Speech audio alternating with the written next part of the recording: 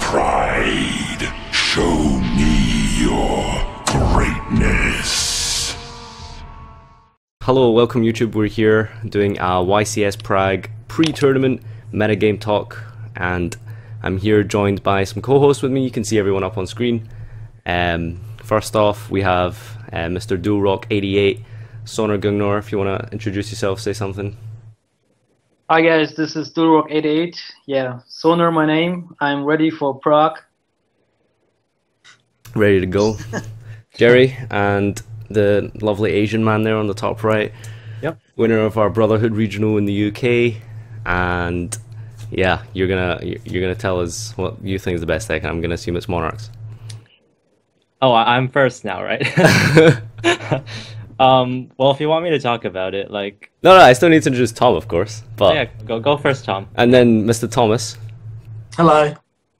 Oh, is that it? Yeah, well, we'll get on to the discussion. Okay, so beginning, we're just gonna break down sort of each deck for the event.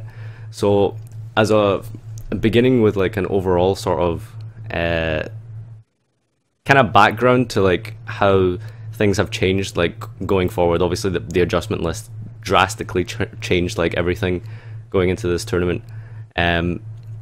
So Sonar, starting off, like, do you think that the pendulum decks plural, because you know magicians are floating around as well, how do you think they're going to fare in Prague, and do you think like it's going to be as bad as people think or maybe better?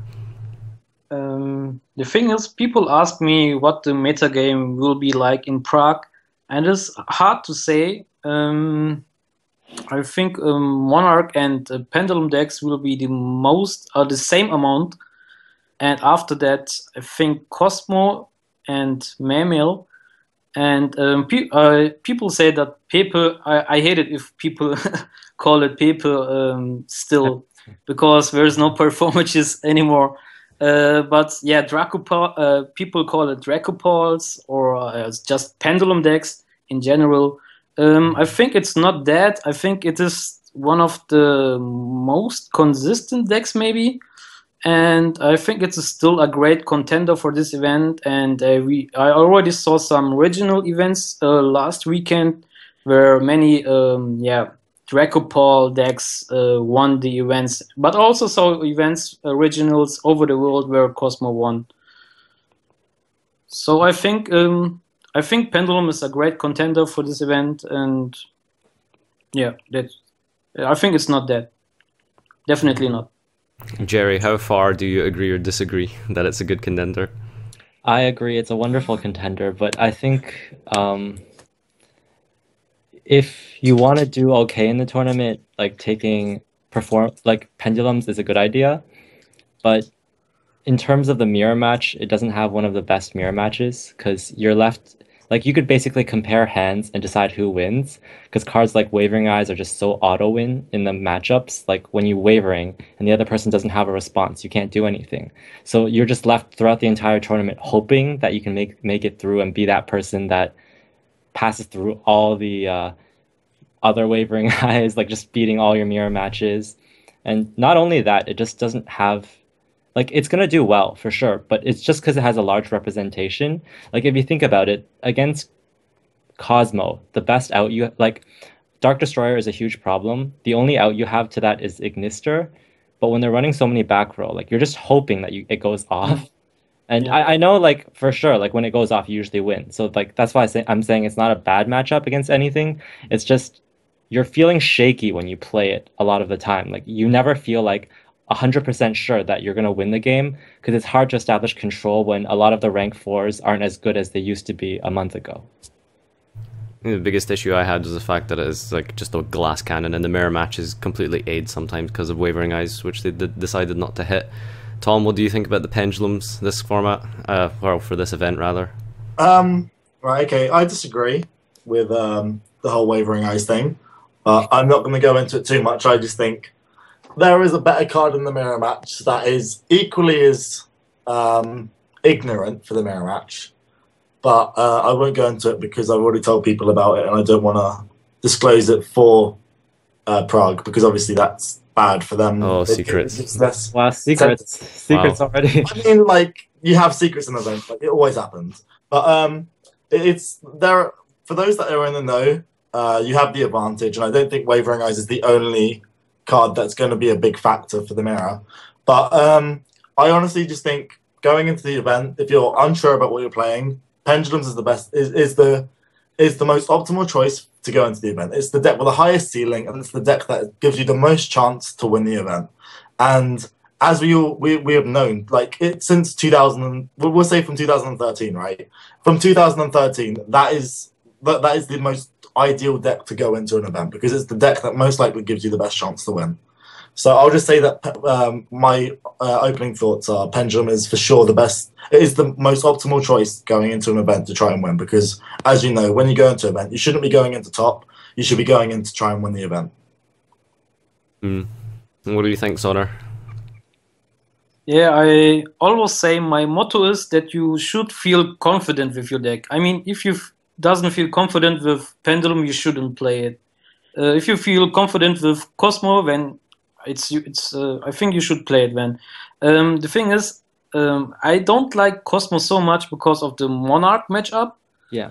Then if there's our choice, should I play Monarch? People always saw some memes on the internet where the breaking hand with the stone by Pantheism. I don't know who created this, but yeah, it breaks a lot sometimes.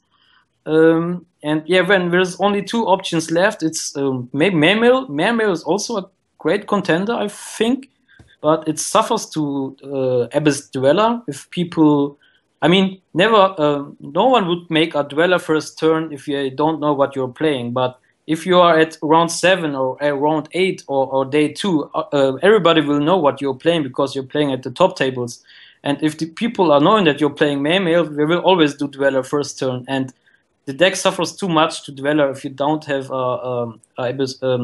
Forbidden Chalice or something like that. So I think, yeah, I think I cannot imagine that Mermail could win this event. So there's only one option I think that Pendulum deck will make it for this event. It feels like that you're just kind of picking like the best of the worst. Like you kind of you feel like everything sucks, so all that's left is like the least sucky deck. Is that not kind of what you're doing? That's true. That's true. Yeah, that's how I'm thinking. Just out of curiosity, what type of Monarch builds have you tried? Like, you've tried Quantums as well, right? I tried I tried both before the Quantums came out and after. I think after the Quantums came out, and if you're running like 3 return, the deck significantly bricks less. And in like a lot of testing I've done, most of the hands are pretty like most like about 90% or more are playable. Yeah, but you get after the Quantums, what did you get? You get more tribute fodder. No. The Quantums also, the red layer serves as a tribute monster. So like if you E-tally, you can bring out a blue layer and then tribute the blue layer for red layer. And then if you have a domain, they still can't special summon. And if you have a return, you can search Ether, which lets you start, like that's the first Monarch you get. So you can start playing the game now. So staying on topic a little bit, like as we're going to break down each deck one by one. So like still remaining with the Pendulums.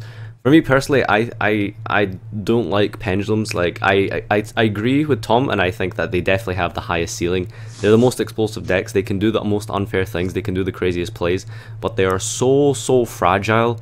And against one of the most represented decks of the format, in the form of Cosmo and Monarchs, you're going to be sitting there stuck under Domain a lot of the time. You're going to be playing against Cosmo, who have so much back row, and all they need is like a Dart Destroyer for your Ignister summon, and like that's it. Like, you know, you've ended your turn, because your only way to get through their field is with Ignister, and if your Ignister gets stopped, you lose the Cosmo matchup. Against Monarchs, you're going to be sitting there like hating your life, like staring down a Domain. It's going to be like last year playing Necros staring down Mistake. Like, it's just so unfair. So I feel like playing a deck that's just has the most powerful plays, sure, fair enough, but I just feel like it's too fragile. It really is just too fragile. That's like my only qualm with the Pendulum decks. One thing that I wanted to point out is that I think that the dice roll become more important than before right now for pendulum decks. I mean, if you're gonna start, I think most of the people will gonna play with the Solemn Strike engine with Ariadne, because if you play Strike, you have a better matchup versus Cosmo or versus Monarch. And I think the dice roll is more important than before, because before you had to perform matches to make some special summons before your pendulum summon. You get a special summon Head Tricker and I don't know, dive with the back row, or you could Luster Plush Fire to summon out another damage juggler and continue before you summon any pendulum summon. And no, I think that the dice roll is really important. If you break it down, I think all great contenders to the meta game in Prague want to start the game one. I think Cosmo won't always start because of Call of the Haunted. The Monarch, I don't know. I feel like everybody wants to start with Monarch, but there are some Monarch versions with many hand traps that want to go second. Memel will always want to go second, I guess. And what was the last deck? Well, if you want to talk about Phantom Knights, maybe. Phantom Knights, I'm not that familiar with Phantom Knights, honestly. Phantom Knights probably want to go that- first. I hope that I don't face any Phantom Knights because I have to read all cards. Not all, but the most of them. I would massively disagree with you. I feel like the correct choice for pendulums is for sure to go second in this format. I agree. I feel that the problem with what you're saying is that you're saying, well, I understand the Arianda build is like a build that people are familiar with, and it's a build that people may be trying. But the problem you have is that a lot of people have switched over to Quantums, and which makes it so that Solemn Strike is a lot worse because they've gone over to the Quantum build. Everyone is maining 3 Return of the Monarchs, which means that Solemn Strike misses its timing, meaning that you can't negate the Monarchs, meaning that Solemn Strike is going to be a dead card for a lot of the time in the matchup, meaning that like the build becomes significantly worse. And like, let's be real, like if you're playing Monarchs and you're versing against the Arianda build and they do that, they're never going to choose Solemn Warning. They're always going to give you Solemn Strike because it's always a card that you're going to be able to make them miss timing. And it's just going to make it so that Monarchs have an easier matchup. Because let's be real here, when you're going against the Monarch matchup, you like the majority of we'll say the status quo for a lot of the decks right now is they're familiar with the Armageddonite engine, and because a lot of people are using the Armageddonite engine, like you have a 1-turn window to try and make it so that you get in the game, and if you don't get in that window, you're the heavy like I'm not going to say it's like 100%, but it's a very high percentage of the games that you're going to lose in those positions. And you have to make sure that in that window you can give yourself the best opportunity possible, but because you only realistically have one way to get rid of Domain, and you can't OTK them because the Prime Monarch's a thing, and you can't OTK them also because of Ether. And Ether becomes a massive problem because not only do you have to worry about it to stop your OTKs, but the fact that they can summon Kurais from the deck to then Ignister some cards, or so Stormforth Aether you. Yeah, exactly. And you have like so many ways of them to like get rid of cards on your board. Like you have to realistically be able to get rid of a way of getting rid of Domain and then being able to deal with that Ether in hand. And that's such a hard task to do, especially like regardless of any build of pendulums. I think that is the biggest thing that pendulum decks have to be able to like discover how to out for Prague. And if they do that in a very good way and in a consistent way, I feel like that is the best step going into Prague. Jerry, I see you're like itching to get your point there. We're talking about 2 different builds of Pepe right now. Like, for example, Sonar was talking about Ariadne. Now we're talking about dark pendulums. I mean, I know I switched over to him, but like you understand why I understand why. Like, going first, if you're running like a trap heavy build, you'll definitely want to go first, because if you don't set your traps first and you're going second and you draw your traps, then they're all like dead until the next turn, which means that you're basically like 2 turns behind now and you have to catch up, which is a really hard time. So if you're running like Ariadne, you have to go first. But if you're running like any other pendulum build that doesn't focus on traps, you really don't want to be going first because your first turn board is going to be very subpar. Like there is no rank 4 outside of Dweller, outside of Giant Hand. These are the only two rank 4s, maybe Rafflesia, but these are the only ones that kind of lock down your opponent, sort of. But they don't do it as good as like the last format where you have like Cyber Dragon Infinity that can negate anything, and then you have Ptolemaios that can go into like anything. Like you have really unbreakable boards a month ago before the adjusted list, but now your boards are very easily breakable. They're very fragile for going first. So if you're not running like a trap heavy build, then your XCs are going to be really average. But if you're running a trap heavy build, you have to go first. And basically you're replacing the XCs in your extra deck with traps. Like that's what you're going to do your first turn. Like so instead of making your Giant Hand Dweller and all that stuff, you're forced to like run traps, which isn't a bad thing, but again, you're just hoping that everything goes your way the entire time, and that can often go wrong. And hoping you win the dice roll, etc. Like Tom said, if you're a very good Monarch player and they have Strike, if you activate Return, you can always make Strike miss the timing. So now you're playing with like a -1. Like you did all that searching, but then all of your back row is completely irrelevant. So like even if you did all that searching, you still will probably lose the game because you can't do anything. Sonar, do you still think that it's first or second? Yeah, like Jerry said, it depends on your build. If you play a heavy trap deck, I think you should still go first, because you're the first one who you can to fill your extra deck with pendulum monsters and pendulum them again next turn. And if you play a pendulum version deck with many hand traps, of course, or with Twin Twisters main deck, you should go second. Yeah, that's true that the Monarch, if you face against a good Monarch player, it's gonna be a hard time. There are so many casual Monarch player where it's very easy to play against them. I mean, if you play against a good Monarch player, it's gonna be a hard time. Game 1, of course. If you play Solemn Strike, I mean, they even don't need the return of the Monarchs. They just activate Domain, summon Erebus or Ether, and don't use the effect and just attack over your monsters, and that's sometimes just enough. So yeah, it's true what Tom and Jerry is saying, but still, Tom and Jerry. Tom and Jerry. Yeah, no, I noticed this. Like, I realized that. Yeah. I knew this a while ago. Yeah, it depends on your build. I mean, because I know for some people who are running like Unexpected Die, like they're just running the normal build with Rescue Rabbit and all that stuff just to get a good board. But no matter how good of a board you have, your first turn is still pretty bad. I mean, like, I went into a regional and I made Giant Hand against Monarchs like 5 times, I think.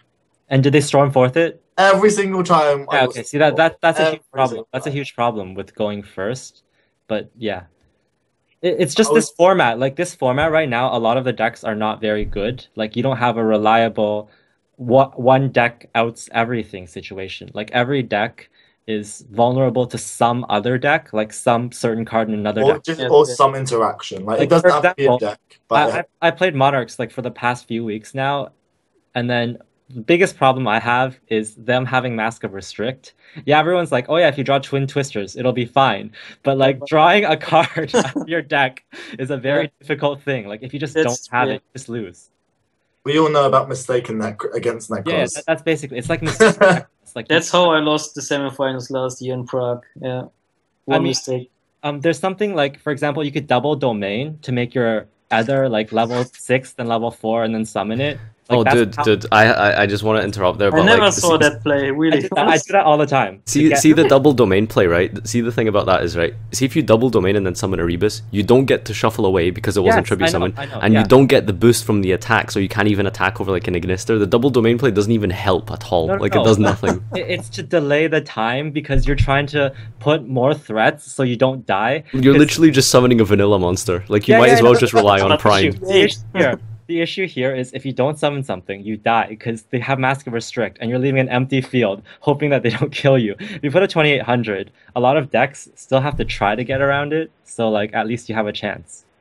So moving on to, I just wanted to, for the final section of the Pendulum segment, I wanted to talk about Magicians. Now we've seen a bit of a resurgence from them recently with a couple of tops at regionals. They've even won like a regional or two here in the UK. I'm personally, like, I'll just start this off. I think Magicians, I think that they're probably the best Pendulum variant. I feel like Dragon Pit and Dragon Pulse are amazing going second against Monarchs. They hit back row against Cosmo. You can get your Sky Iris and stuff and search Odd Eyes Fusion for a free Vortex Dragon.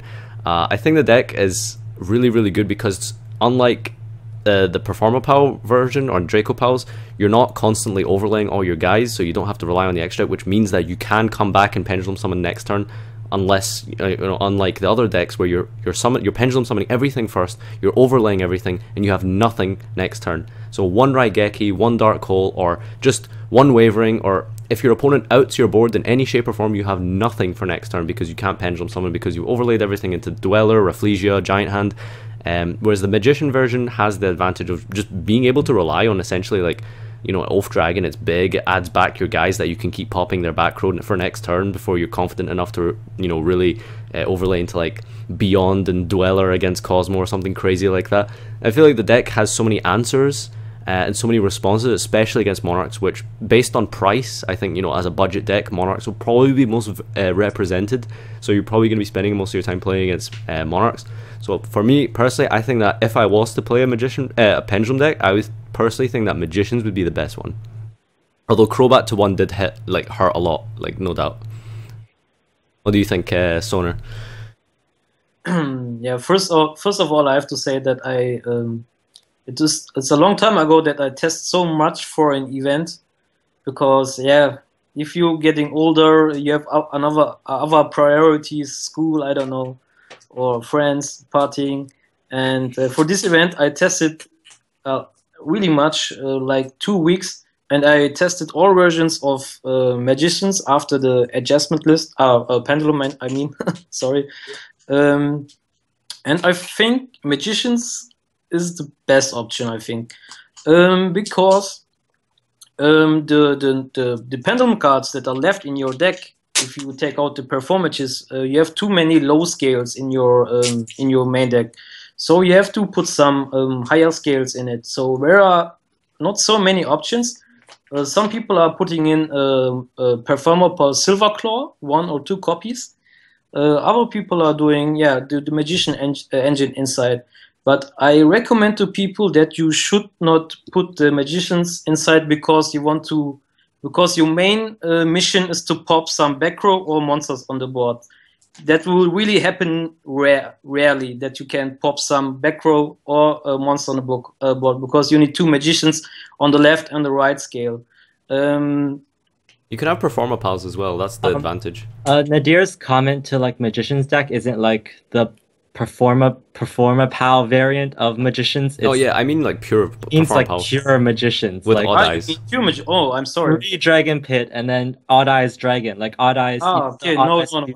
If you mean the pure Magician, I disagree. I don't think that this is our best option, because you need the Pendulum Sorcerer to pop your scales, because you would suffer too much to Wavering Eyes. Well, I mean, you have Call, that's the thing. A Pendulum Call, but not always. I know, but I don't like the pure Magician. Sorry. Tom, what do you think about Magicians? You were testing them for a while, and they suck. So basically, I think, just for the record, I think Pendulums in general suck. But if I had to pick a version, I would personally go with Odd Eyes Magician. You have an inherent flaw with the Magicians. And that's, I don't feel that you can add them with Performa Pals, because the entire engine of Magicians and the entire engine of Performa Pals they both do the same job, in that their criteria are to complete a scale. And neither of the engines put on anything on board to enable you to win the game, which is a massive problem with both the decks, which is why you splash in other engines. Because you want to make it so that you have an engine so that you can win the game, right? And then you have... I feel like you have to choose one of those engines. And then a massive problem with the Magician engine is you sort of feel like you have to play Pendulum Call. And Pendulum Call can so hinder your plays. You can't do anything beforehand. It stops you from using the best Magician, which is Wisdom Eye, which is a massive problem in the deck. And then you have the fact that you have normal monsters, which enable to more like bricky hands. Like, I mean, I understand that like the whole point is so you have like other cards to combo with them and stuff to make your scales and stuff. But you have the problem of like because you're comboing it with like other engines, you have like for instance, a lot of the other engines are like lower scales because you're not doing it with the perform. Like, I don't feel like the performer pals is the best way to go with it. And so, like for instance, like probably the best engine to combo it with is the Draco engine, right? And the massive majority of the Draco engine is 3 scales, and like the preferred way to go with it is to have the majority of the Magician engine as like for the normal monsters to be the lower one and only play like one of the big scale, which makes it so that you have a lot of awkward hands where you have like say a Vector in hand with like a what's it called? Is it Dragon Pulse, right?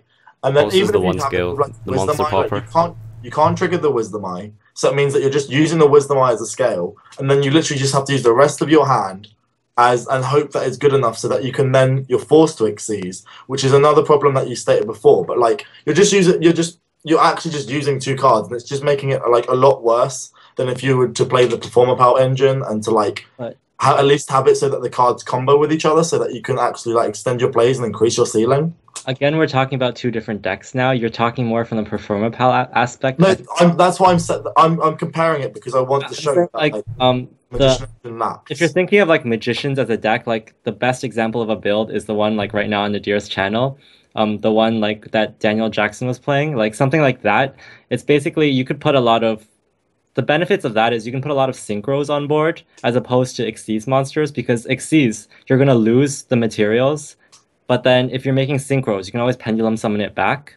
But the biggest flaw with the Magician build itself is your whole deck relies on one pendulum summon. That's all it relies on. Because you can't summon a monster and then you can't like go off before you do the pendulum summon. Your whole entire play relies on the pendulum summon.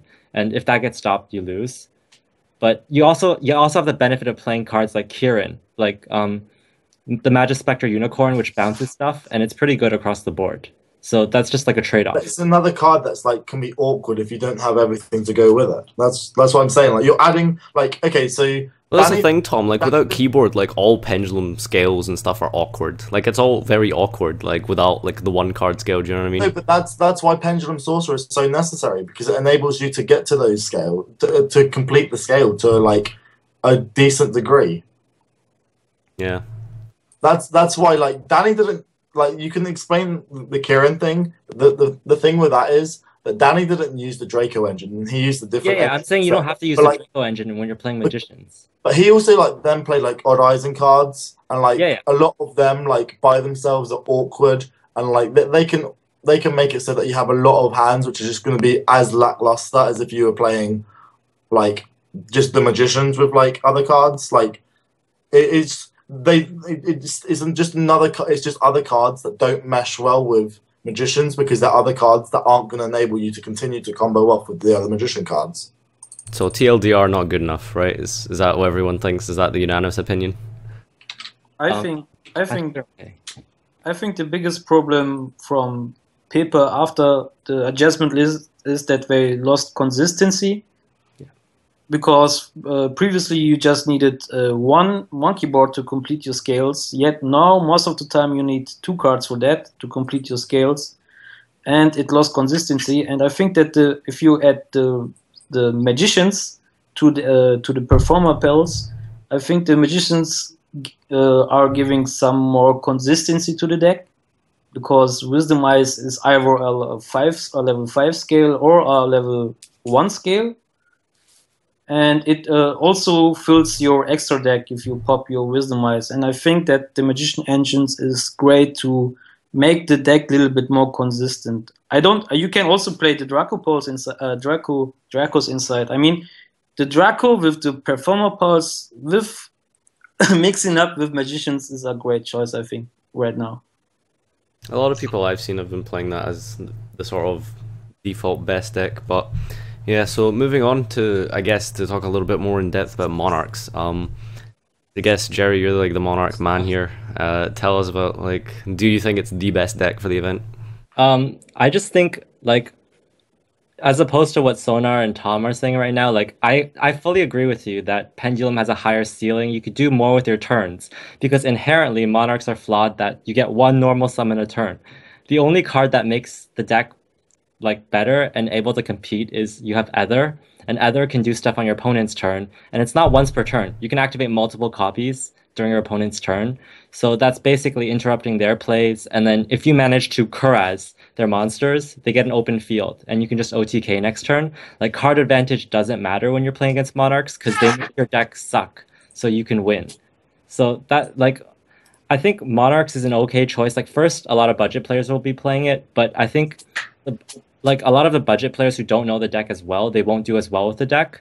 If you're like a highly competitive player and you've been like playing with the deck a lot, and you can sort of fix the bricking problem, like if you can make the deck not brick as much as it normally does, it has a pretty good matchup across everything. Like it's good against pendulums, it's good against Cosmo when they don't open Mask of Restrict. Like it's good if you know the mirror match really well. If you play the deck a lot, then you can also win that. So that's like, the thing as well. I just wanted to point out, like the mirror match as well is like compared to other decks is like completely like it's a skilled mirror match compared to other decks. Like it's like a Cosmo mirror match is complete AIDS. Like it's so bad. You can't win Cosmo mirror matches. Like it's basically luck. If you draw like system down, you can win it. And then when you're playing Pepe mirrors, if someone draws Wavering, they also win it. Like you could have side deck cards, but there's just like auto win cards. Monarchs, you actually feel like you're playing Yu-Gi-Oh! You have a chance if you're good at the game. You feel like you play Yu-Gi-Oh! Like, no. Like yeah, exactly. I mean, at least you have a chance to make your opponent misplay and play into it. For example, there's a lot of intricacies in the deck. Like it takes a lot of skill. For example, you know your opponent has an Ether, but it can only be used in main phase 1. So if you have a play, you don't declare, like, I'm going to do my play. You say, attempt to end main phase 1. And if they don't do anything, you have a battle phase to, like, attack them and do other stuff. And then you have main phase 2 to do stuff. Like, if you know what you're doing, you can bait out your opponent into doing things that they don't want to do. So, like, in that aspect, the Monarch mirror match is probably the most skilled out of all the top-tier deck mirror matches right now. So, like, it's good against Pepe, Cosmo, and Mirror if you know the deck really well. So that's like one of the biggest benefits of playing Monarchs. If you can make it not brick, that's the main problem. I think the Quantum engine, like people really overestimate just how bricky the deck is now. With 3 red layer and 3 E-tellies, like you have 6 cards that act as both tribute fodder and tribute summon. Yeah. So you have return as well if necessary. This is the worst case scenario, assuming you drew none of your big monarchs. Do people really play 3 red layer? I always saw 1 red layer. No, 2 red layer and 1 blue layer. 2 or 3. Nadir is one of the people who supports 3 red layer. I used to support 3 red layer, but I now play 2 because I realize I always side it out every single game. But that's the benefit of running 3. Like, I just think it's so versatile because it acts as both. It does 2 things in 1 card. Yeah, that's exactly what Nadir is saying. Like red layer is not very, like you only need 2 to loop it. But if you're afraid of bricking, running 3 actually fixes your hand because you get the red layer earlier, and then you can actually start playing your deck. And that's also because I don't play the Squires. So you need like another card. But you've been testing it for a bit, and you kind of came to the conclusion that you didn't like it, Sonar. Why do you think that it's just not good enough to be pendulums? I'm not saying that's not good enough. I think you have to know the deck really well to make it to the tops with Monarch. I mean, it's not that easy to play, I think, but it's hard to say, hard to explain. One thing that I've wanted to say is that it depends what the pro players are using for the event. I mean, if the majority of the pro players are using Monarch deck, you will see many decks in the tops with Monarch. It always depends what the pro players are choosing for the event. I mean, there could be 2 equally good decks. If all of them are using Monarch, you will see many Monarch in the tops. If it's the other case, if are all choosing the Pendulum deck, you will see many Pendulum decks in the tops. So you cannot say which is the best deck. It always depends what the pro players are using. It's something that irritating the people if they are looking on the coverage. Oh, they see 20 pendulum decks in the top 32, so that must be the best deck for this event. But this was because all the pro players choose this deck. If they see 20 Monarch deck in the top 32 in Prague, they say, "Oh, Monarch was the best deck," but it was because most of the pro players used this deck. So it, for me, it always depends what the pro players are choosing for this event. Not all the time, but the most of the case. And Monarch, I think it's also a great contender. It's really hard to say this time for this event. And it also depends on game 1 and game 2. What are you having in a side deck? What are you maining in your main deck for those matchups? So it's a hard... Representation is like very big. Not only that, it really depends on what your matchups are across the entire day. Like, for example, that's true. Yeah. Infernoids won a YCS, but you can't say Infernoids are the best deck. Like, if you're playing against your best matchup every single game, and you're getting reasoning off for half your deck, like every single game, like you're in a very good position. Like, it really depends on what you're against every day. So if it's like the worst matchup every single day, it doesn't mean your deck's the worst. It just means you had really bad matchups the entire day. Yeah, and sometimes it's often you lose because of a 50-50 chance MST on your back row on the wrong one or something like that. And yeah, it's sometimes just luck. Or face off with pendulums, like that's annoying as well. Always hit Vector. And floodgates as well. Like if you don't open, like, let's say Mask of Restrict and like other cards that you sided like, let's say 6 cards and you don't see any of them against a certain matchup, like you might still lose that. Okay, so Tom, you've been a bit quiet, but I think it's no secret that you pretty much hate that deck, so tell us a little bit why you think Monarchs just suck. I played you with it. You know it does stuff. So go. Right, okay. First of all, I kept quiet because I didn't want to interrupt, because obviously that's rude. Because it's just you boiling inside, like how much you like think that deck sucks. I want to bring up, first of all, I disagree with the definition of what was just said about best decks. I feel the best deck... Okay, don't go into too much of a tangent. No, I won't go, don't worry, I won't go into too much of a tangent. But I feel that the best deck doesn't necessarily mean that all of the best players in the event are playing it. It's just, if you go into it, like, in a... this is going to get a lot of roll of eyes probably, but in a theory standpoint, why the deck is the best, like that is the best going into the event. That is the best deck, and it does, like, there are countless times where you go into events and you just see like a lot of like the pro players and stuff are playing one deck, and you just see like one of the best players like playing a completely off the ball version. I'm going to name drop Patrick Owen here because, let's be real, like, Patrick Owen boy. let's be real. Book's already been pre-ordered. He is the best player in the game. There's no denying it. He is the best player. But yeah, no, he's done so many off-the-wall things that like just like countlessly prove that like you could, like, so many people like that are considered like really good can just be completely off from what is actually the best deck. Like, let's be real, like. We'll go to like 2014 and stuff with like Fire Fist. Right, let's not go too far into that. Right, no, tell us about Monarchs, Tom. I'm not going to go into the point very long, but I'm just saying, like, who would have thought of Mammals without infantry? Like, that's pretty off the wall. But like, yeah, as I was going to say about Monarchs. Sorry about the tangent. I mean, I agree with you personally. I personally disagree with Sonar's definition as well. Like, just for the record. Sorry, guys. I never said that if the majority of the pro players are topping with one deck at the tops. I've never said that this is the best deck. I just wanted to point out that it matters what, huh? That people's perceptions can be wrong. No, I just wanted to say that it matters what the pro players are choosing, because these are making the spots on the tops. I'm not just saying that this is the best deck. Like top 32, if everyone's playing a certain deck, then the deck would be whatever. Okay, that makes sense. Like for instance, Madrid, everyone was playing Shadow artifacts. Like even though it wasn't the best deck, like because a lot of the better players were playing it, like it got a higher percentage. It was Lightsworn was the best deck or something, right? The Lightsworn. Well, it's more the fact that they just weren't playing 3 super polys and they weren't playing soul charge and stuff. But Yeah. You get me wrong. I never said that that this is the best deck that the pro players are choosing. Like if you compare them with Peter Gross, who won with the event with what was this with Light Pulsar Dragon. He was the only player who played this deck and became first place with it. Yeah.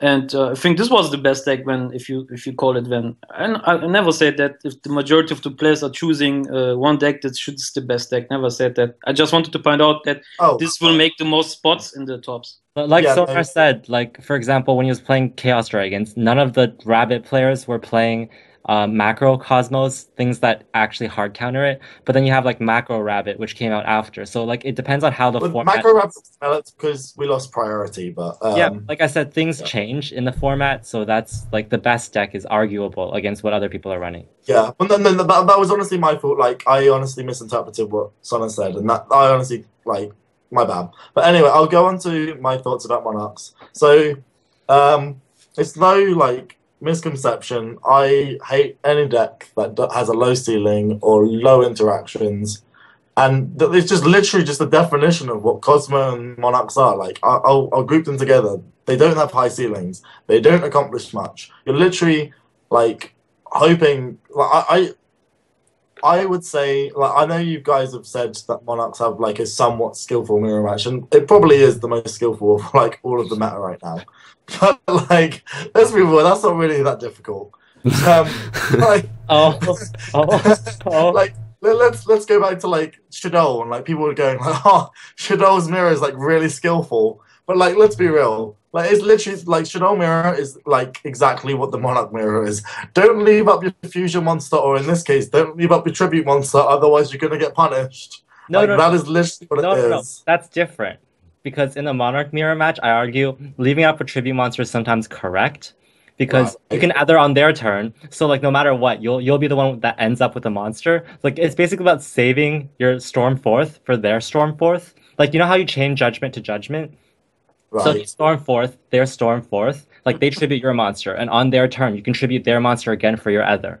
So you're bringing up a very minuscule. No. I'm saying it's a bit different. It's basically how you play it, because it could be about it could be like you said. Oh, it should be Beast tributing over a construct. Basically, it could be like that, but it depends on how you play it, because there's many different approaches to playing it. I mean, I'm just saying from a broad perspective, that is one of the big things that has been brought up about it. But it's literally just.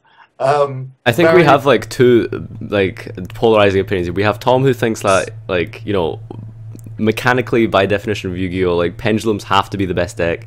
Jerry, on the other hand, thinks that consistency and me and Jerry have had this discussion many times, and we both agreed. And then we understand everything in the format sucks. And Jerry wants to be on the safe side. I want to be on the side with the more the higher ceiling. Yeah, basically, and it looks he thinks higher ceilings matter, but what I argue is when every deck in this format is so good at lowering your ceiling, every deck is so good at doing that, then you're gonna have a hard time performing well with the highest ceiling deck.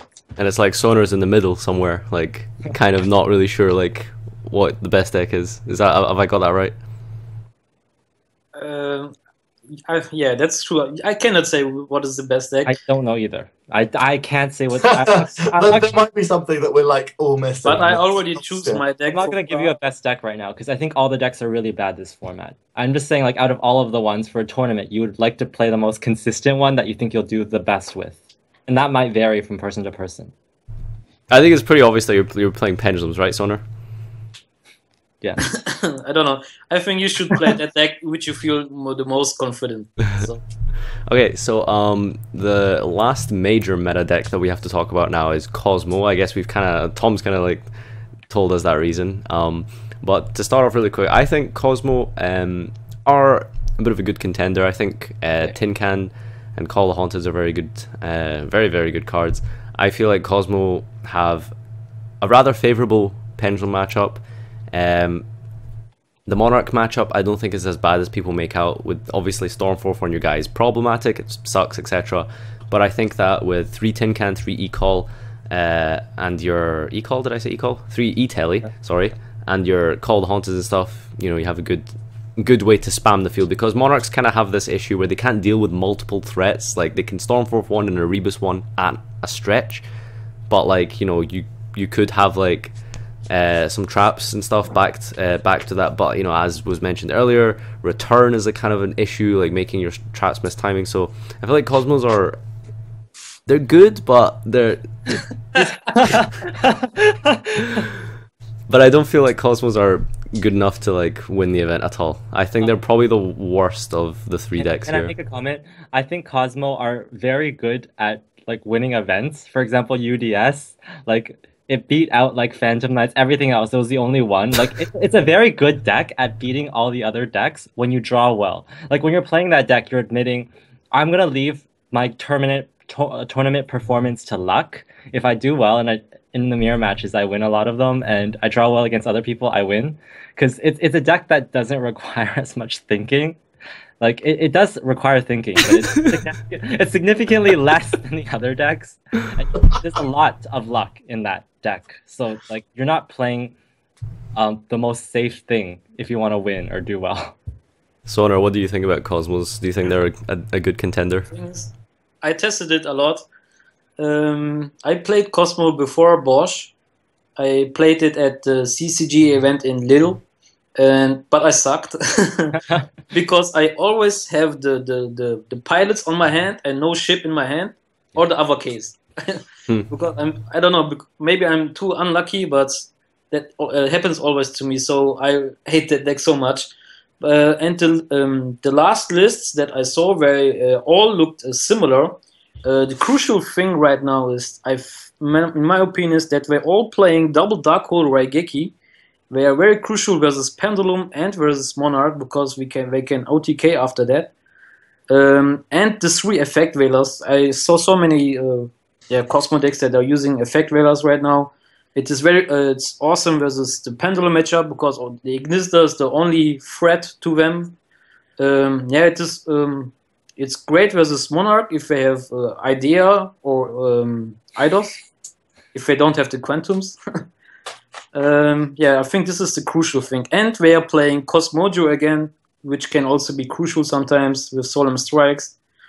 They have very great options with Tin Can, starting with Tin Can, Teleport, 1-for-1. I think it's an awesome deck, but if I would use it, I would brick all the time. I agree with him. I brick with that deck a lot, and I honestly think it's less consistent than Quantum Monarchs. Like I don't know. Like maybe if some people watching this will think that's crazy, but I literally think Quantum Monarchs is more consistent. I agree with you. I played the deck and I suck at it. Just like I suck with Phantom Knights. I can mill like 3 traps with and they're not they're not Phantom Knight traps. They're like traps. That's how bad my tournament experience with it was. So like I can't play Phantom Knights. I think everyone here sort of agrees that Cosmos are like the worst of the best, right? Yeah, personally, yeah. Personally, for me, yeah. I think it depends on the player itself. Like, if you are... What does that mean? Like, if you're not as good at Yu-Gi-Oh! And you want to... then you play Cosmo, because you get so many free wins. Like, if you just draw a Veiler and they're playing Pendulum, and you have a Dark Destroyer, like, you just win. Like, that's... How much Yu-Gi-Oh! Did you need to play to do that? Like, you just need to draw well. Like, that's all. Just to drop that Veiler to the graveyard. Yeah, exactly. You're so good at the game. But like, helmet's back on. If you're a really bad player, like that's the deck you should be playing. It shouldn't even be Monarch. It should be Cosmo, because that's the most safest way that you'll get far. But if you're like better, then you should be playing a different deck. I feel safe with my Dark Destroyer and Veiler in hand. Nice. So yeah, 10 minutes left. I guess this makes a small section for potential sleeper decks, rogue decks that are sort of out of the ordinary. I'm sure the one that's on everyone's mind is the infamous Jeff Jones topping, coming first in Swiss at the UDS event with Phantom Knights, a very, very new deck. And Loli came second with the same build. Yeah. That's actually 2 places, first and second place, coming at that UDS event in America with Phantom Knights. And personally, I've been playing the deck a lot. I love the deck. I think it's really good. Jerry's had a little bit of a run with it. Sonar, you haven't read a card yet, I believe. Oh, Do you guys know what deck I'm most afraid of? which one? The Monarch FTK deck. Oh, no, Wow. it's okay. If you make sure that the bottom card is upstart, like they'll lose. Thank you for that tip. No, because what happened was like we played the testing for Prague tournament, and I faced a Monarch, and he was gonna win, but like his last card was upstart, and he can't use it to give me 1,000 life points, and you can't make up the difference, so you just win. Yeah, No, so there you wasn't a should- big I enough think gap you with life should be equalizer. able to do that. Because if you activate 3 times chicken games, 3 times the pseudo space, 6,000 different, 2 upstarts are 8,000 different. Oh You yeah, don't but swing like upstarts. if they miss out like on any opportunity earlier, because they could brick at any point. Like if you miss a chicken game, like you lose the game pretty much. I mean, Because chicken game used twice because you need pseudo space to banish it. So if you miss like a chicken game, then you pretty much lose the game. Does anyone here actually think that shit's competitive? Like, does anyone seriously think the It's FTK not a deck's good good enough? idea to be playing that deck if you want to win the Yeah, tournament. it's not a good idea, but I think I will face some of them and I will just lose the dice roll, and he will be so lucky to win that. And after that match, he will lose all games after that. I think you have the best chance of like losing to. You have a higher chance of losing to Cosmo than you do losing to the Monarch FTK. Yeah. Yeah. So so Phantom Knights, I guess, Sonar, you don't know anything at all about them? I know, honestly, I know the trap cards. Some of them are like Fiendish Chain. Yeah. You can Yeah. banish them to reborn some Phantom Knights from the grave. And I know the rank 3 Scrap Dragon Phantom Knight. That's all. One thing I should tell you is like so you don't get cheated is there's a card called Ancient Cloak. It says banish it to search a Phantom Knight card. Like it says the Phantom Knight, so they can't search a trap with it. They can't search a trap with one of their cards, but they're gonna try to cheat you and try to search it. Okay, good to Yeah. know.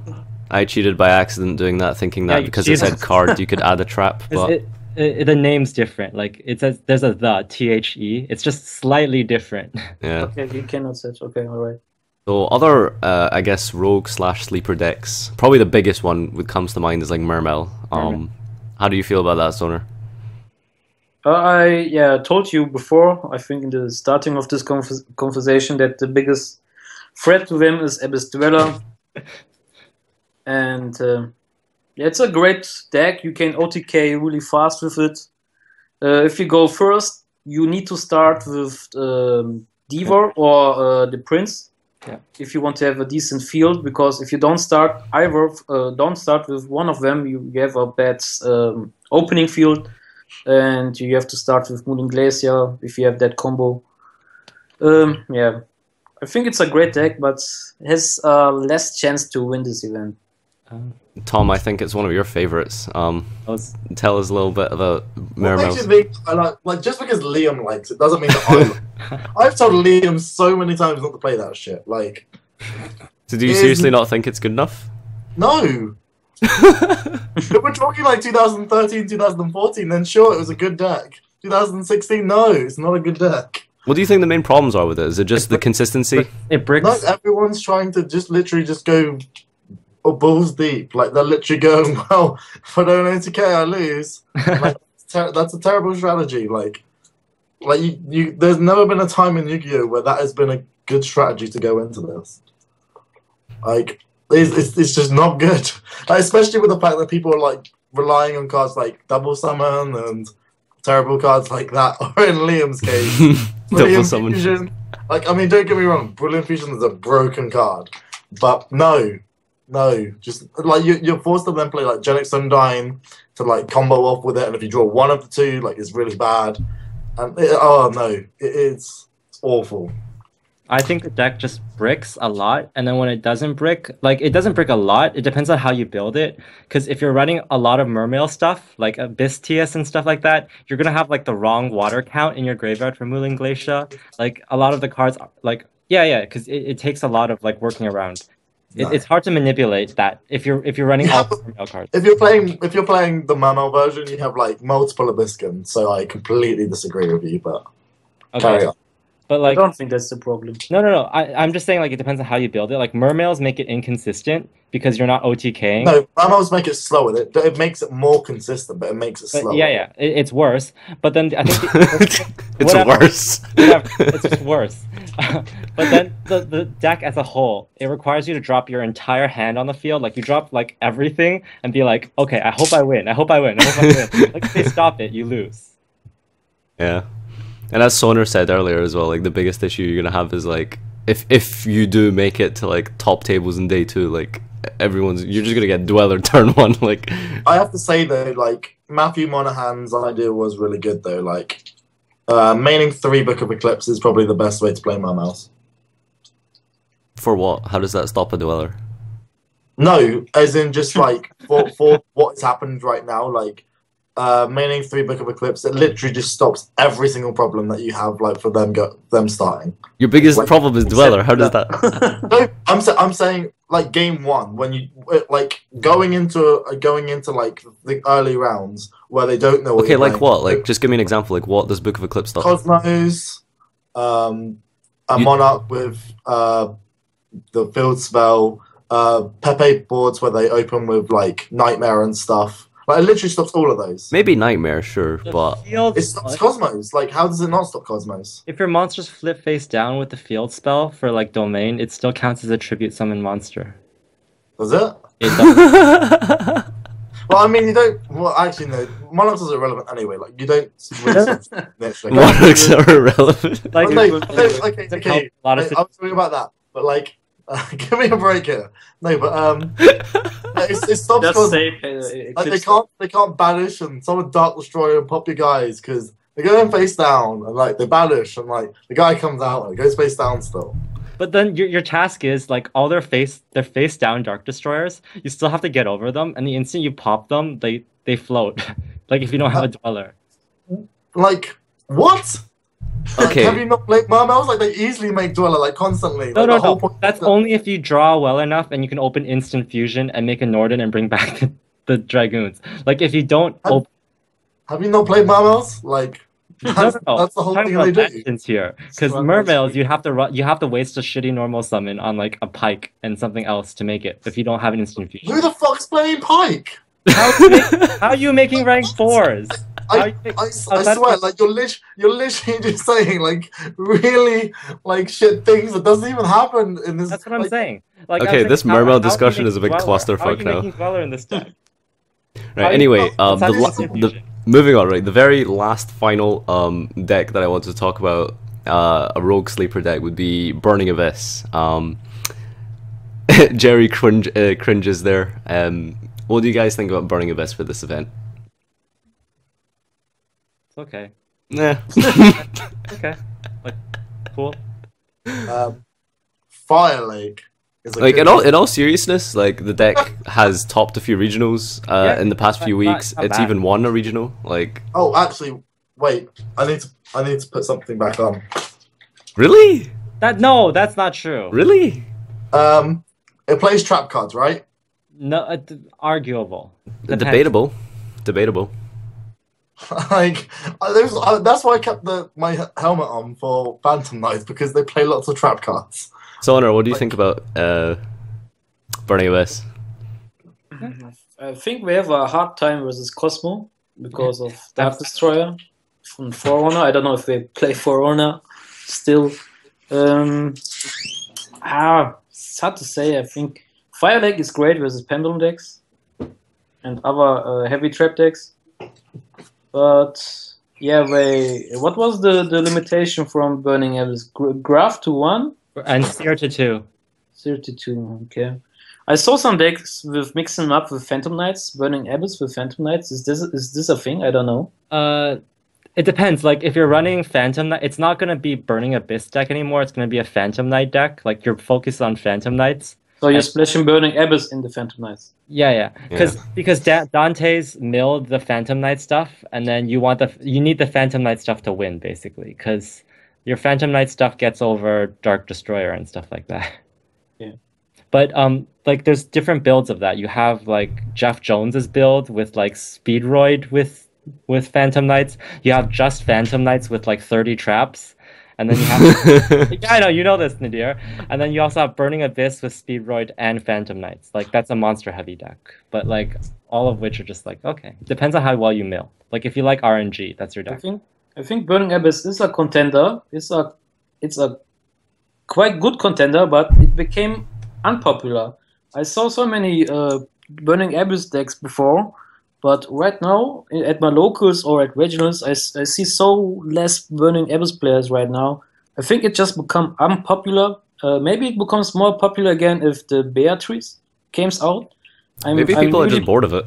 It's been around for so long. Yeah, I'm predicting for Gold Series. I'm really predicting. It's just because it has a bad matchup against Cosmo. Like F-Zero, like Utopic Future, that's your only out to Cosmo. Like other than that, you're in a very bad position. I mean, I would say that's really weird because Burning Abyss became so popular like when Necros, like during Euros format, which is really weird because Burning Abyss had a terrible Necros matchup, but okay. But they can hate many hate cards like anti-spell. Oh, I mean, sure, but like, let's be real. Like, you can't like. This is why I'm saying like. This is why I'm putting a helmet on every single time a deck's playing like trap cards because drawing trap cards is not a realistic strategy. Yeah, you can't anti-spell your way to top cut. You know what I mean? You can. It's happened before.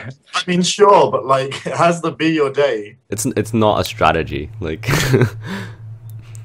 To compensate though, like the thing is, Burning Abyss, like in all seriousness, Burning Abyss have so many problems. You have Monarchs, probably one of the most representative decks. So you're gonna be dealing with Dominion. You're gonna be sitting there like hating your life for like the whole day, like just sitting there with like vanilla monsters in your hand, basically. Cosmo, you can't fucking do anything to their guys. Like if they stop your Utopic Future summon, you just lose. So to compensate, I tested it for a bit. I tried putting some kaijus in. A lot of the regional tops and stuff had kaijus in them. They were kind of helping. They're okay, but you know, I don't know. And traps suck, like in general. So that's my thoughts on Burning Abyss. Do you guys really say that all decks that have more than 10 trap dogs, 10 trap dogs? I'm so 10 trap dogs. Sorry. So that we have over 10 trap cards where all decks were bad? Tom, I think you're best qualified to answer this. Wait, what? If any deck has more than 10 trap cards, is it still good?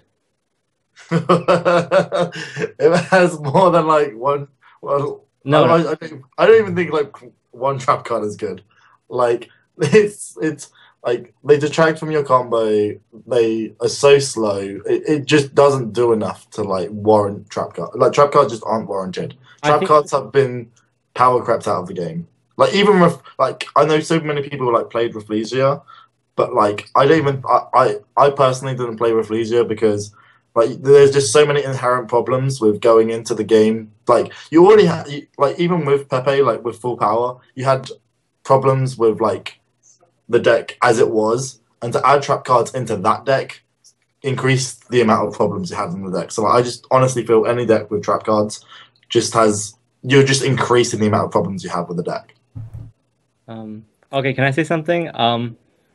I think it's format dependent. I agree with you. Traps have been power crept because traps have the flaw of if you draw the wrong one or you draw it too late, it's dead. So I don't think traps are too bad currently for this format, don't you think? Yeah, no, I think for the current format, traps are okay. It's decent. Yeah, they're not the worst. They're not like terrible right now. Like I mean, again in Pepe format, like basically like before the adjusted list, like the actual pendulum deck, back then like traps were awful because like they just destroy all your traps and go off. Yeah. But like now, like everything's slowed down, so I think traps are slightly better. But if you're running a deck with a lot of traps, like you're basically admitting that your deck is kind of worse than the other decks. Like you're slower, so you have to run traps to make up for it. So we've been talking for about an hour now, so I think it's fair play to wrap this up very shortly. I guess any closing statements and stuff, and after that, just for a little bit of fun, hoping to do some predictions if you guys want to give a prediction for deck winner of the event. But anything you guys want to add on or mention? No? All good? Okay, cool. So Tom, what do you think the winner is going to be? Jay Quincy. Nah, talking about decks, like who knows what these people are going to play? Pepe. Pepe. I got my boy Jake Quincy. Jake Quincy. It's not Pepe. The second P is banned, Tom. Oh, sorry. Okay, pendulums. Just pendulums. Okay, Jerry. Pendulums. Monarchs. Yeah. No, Cosmo. What the fuck? I honestly, I kid you not. I think Cosmo. Put the helm on, Tom. Put the helm. No. I agree with you. I do say it's He's dead. helmet. And I do talk shit about the deck, and I really hate it. But based on results and based on like the deck itself, someone's gonna get lucky and win Prague with Cosmo. If this was an American YCS, I would agree with you, but I feel it in Europe. No, No. I really think it's gonna happen. Like someone's gonna win with Cosmo. That is what's gonna happen. Like we did talk about this just now, how we said Cosmo's like awful and stuff, but I think the winning deck is still gonna be Cosmo. That doesn't change the fact that the deck itself just does what it does, and you can't stop it. Soner, what do you think is gonna win Prague? I kind of agree with Jerry. I can imagine. I can really imagine that Cosmo can win. I mean, if he's so lucky that day, he can win that tournament. But I think a pendulum deck can also, I think, has the biggest chance to win, in my opinion. But I think if you want to win this event, you have to think 1 or 2 steps ahead before from the other pendulum decks. I mean, after a big event, all the other people gonna net deck that deck, and then you have to make another deck that beats that deck that other people net decked. Yeah. You know what I mean? And I don't think that is relevant because we're gonna have a ban list before. yeah, but we had some regionals before last weekend, and some people are net decking those decks, and I don't know. So the real way to beat that is to make a deck that beats the deck that got net decked, right? Yeah, that's the thing that I'm saying. You have to think 1 or 2 steps ahead. It also depends on the representation of everything. Like on a Friday, if you see a lot of people playing like Cosmo, then like it depends on it totally affects how you build your deck. Yeah. I think you have to have something in your deck. If you have a mirror match, like a pendulum mirror match, you have to have something that gives you more advantage when the other one. So I'm sorry, my English is so limited. No, it's okay. I think I found something that is awesome and that gives me that advantage. That's the reason why I feel so confident for this event. I searched for this little thing 1 week ago, and I can say everybody knows that I'm gonna play Pendulum now, so I can say it. And I think I found something that gives me that advantage in this particular matchup. And in the mirror match, you need this to have a chance to win this event, in my opinion. Okay. So for me, my own personal prediction is oh shit, hang on, my screen thing's messed up. Okay, whatever. Yeah, my screen's messed up for the last segment. But it's no big deal. We're closing up soon. My prediction, just gonna go jump out left field here. I'm gonna say. I'm gonna go with Mermels. I think Mermels will win. Like someone will like open Diva, instant fusion all day. You are the person with the least chance of getting this right out of all 3 of us. I'm just throwing one out there for fun. Let's make a bet. I would bet you on that. Okay, if I was to seriously bet, I would bet Monarchs. What? Yeah. Alright, but anyway, yeah, Jerry, you really messed up my screen. You know that? What did I do? Okay. By opening the chat. Sorry. Let me see. Oh god, that's worse. Oh god. Anyway, right. I'll just close up for now. So this has been I guess talk show, podcast, whatever you want to call it. Thanks for everyone for watching. Thanks of course to my co-host. This has been a YCS Prague pre-event discussion, metagame talk. We were joined by Tom Wadabiki. You can actually see their names up on the screen there because I've messed up my screen. Jerry Yan, and of course Mr. Duelrock88, Soner Gungnor, head of Duelist Kingdom on Facebook. Make sure you guys join the group. Make sure you like him on Facebook. Make sure you join his group. And you've of course been with me, GlasgowYGO. So thanks everyone for watching as usual. Comment, like, subscribe, and I'll see you next time. So foolish.